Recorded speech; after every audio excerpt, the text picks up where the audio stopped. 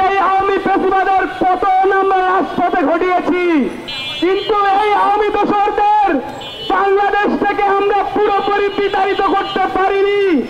এই মুজিববাদী আদর্শকে আমরা মোকাবেলা করতে পারিনি, যার ফলে এখনো আওয়ামী স্বৈরাচাররা, আওয়ামী ফ্যাসিস্টরা গোটা দেশে উন্মুক্ত ভাবে মিছিল করছে, আমাদের ভাইদের উপর আক্রমণ করছে। তারা শুধু দেশেই আক্রমণ করছে না, আমরা দেখছি এই আওয়ামী ফ্যাসিবাদীরা মুজিববাদী আদর্শকে লালন করে বিদেশের মাটিতে চুলের নামদের উপর তারা আক্রমণ চালাচ্ছে। এই মুজিববাদী আদর্শকে যদি আমরা রাজপথে মোকাবেলা করতে না পারি, তাহলে তারা আবারও ফিরে আসবে। তার ফলে আজকে এই উপস্থিত সংগ্রামী জনতাকে বলতে চাই, আপনারা এই মুজিববাদী আদর্শকে মোকাবেলা করার প্রস্তুতি নেন। জনাব আখতার হোসেনকে এ দেশে নয়, তারা প্রতিবেশী দেশে নয়, সেই দূরবর্তী আমেরিকার নিউ ইয়র্ক শহরে সেই ফ্যাসিস্ট সরকারের পাঁচটা সন্ত্রাসী কর্তৃক ডিম ছুঁড়ে অপমান করা হয়েছে।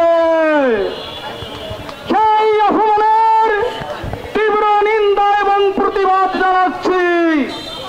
সেই সাথে বলতে চাই, একবার নয়, দুইবার নয়, এই স্বচ্ছ পরিচ্ছন্ন রাজনৈতিক চিন্তাবিদ জনাব আখতার হোসেনকে কয়েকবার হত্যার চেষ্টা করা হয়। আমরা প্রতিবাদ করেছিলাম, কিন্তু ইন্টারিম গভর্নমেন্ট কোন পদক্ষেপ নেয়নি। এই নেয়নি জন্য আজকে আবারও তার উপর আক্রমণ করা হলো।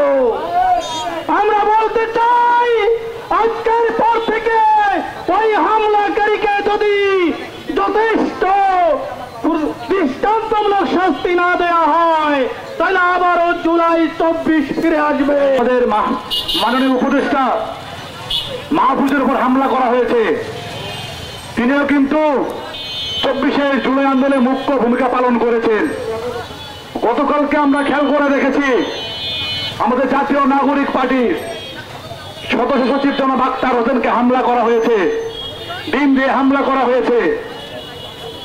আমরা এর আগেও দেখেছি 2019 সালে ঢাকা বিশ্ববিদ্যালয় SM হলে আমাদের আখতার হোসেনকে ডিম দিয়ে ঢিল মারা হয়েছিল।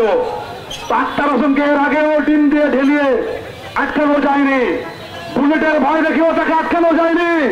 24-এর বিপ্লব হয়েছে, কাজে ডিম, বুলেট এসবের ভয় দেখে 24-এর বিপ্লবীদেরকে আপনারা থামিয়ে রাখতে পারবেন না। আমি প্রধান উপদেষ্টাকে বলতে চাই, আপনার সফর সঙ্গী হিসেবে আপনি বিভিন্ন রাজনৈতিক দলের নেতা কর্মীদেরকে নিয়েছেন, কিন্তু আপনি এই জায়গাটায় ব্যর্থ হয়েছেন। আপনি তাদের নিরাপত্তা নিশ্চিত করতে পারেননি।